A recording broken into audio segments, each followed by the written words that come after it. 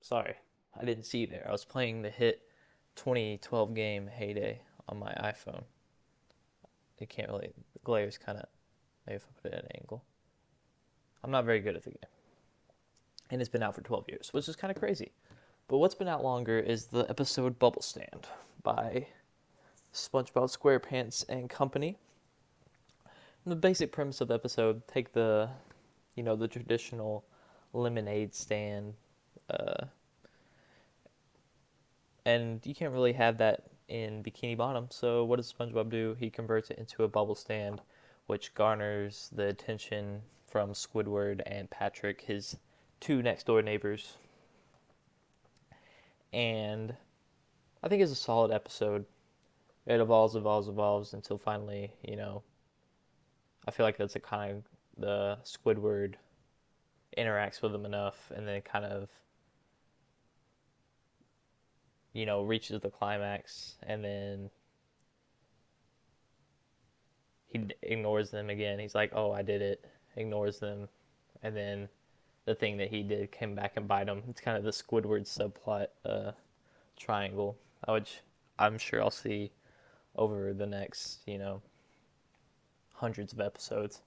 But Bubble Stand is a pretty good episode, a classic. I didn't realize how early on it was in the season. I feel like Bubble Stand, it's one of those, along with Tea House at the Tree Dome, it's one of those that just always played on repeat, played on repeat.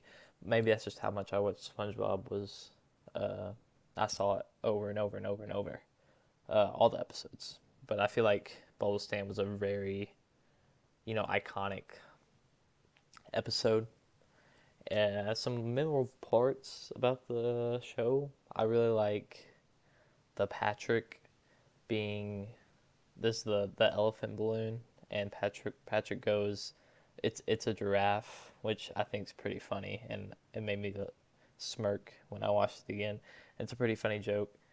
Uh, One that I didn't get with the jokes of the that I didn't get when I was like originally watched it was SpongeBob would bite down on the quarters and see if they would bend, and Patrick or his didn't bend, but then Squidward's did.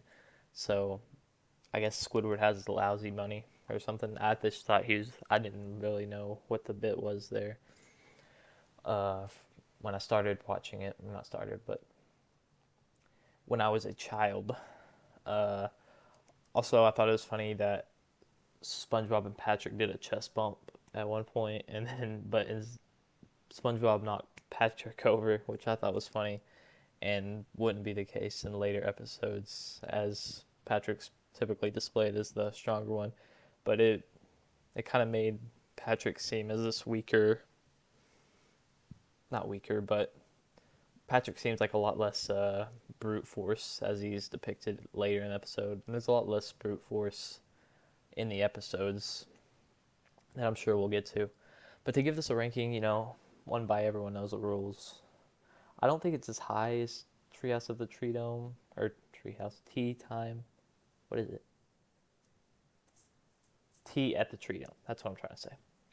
Tea at the Tree Dome. I don't think it's high. I think they gave that like a high 7, like a 7.8, 7.6. I think this one's definitely in the sevens, probably closer to a 7.1, 7.2 though. I think I'll give it a 7.2. I mean, it's a pretty good episode, pretty iconic, but kind of lacked, that oomph to get it up there. Uh, Again, iconic episode. Yeah, I think 7.1's about as high as it's gonna go. I'm thinking back of all the things that happened. Not a very eventful episode, but still just a nice episode. I mean, you gotta give them. They came out the gun firing. No, barrel. They came out the barrel hot, something like that. But episode 3 dropped another banger, and I mean, you can clearly see why this show has been as popular for as long as it is.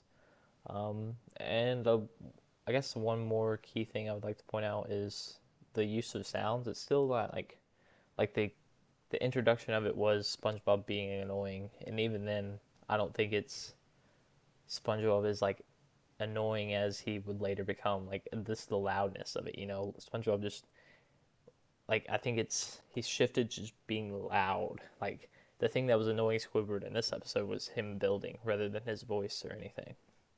It was just him doing things that are loud. Whereas now I feel like SpongeBob is like just depicted as being this loud, annoying person, and I'm not sure how the shift really got there. I mean, I guess annoying into annoying isn't that hard to, formulate how it got there. But I think it's strange how kind of calm the episodes are, even when like the main point is SpongeBob being annoying, like in this episode.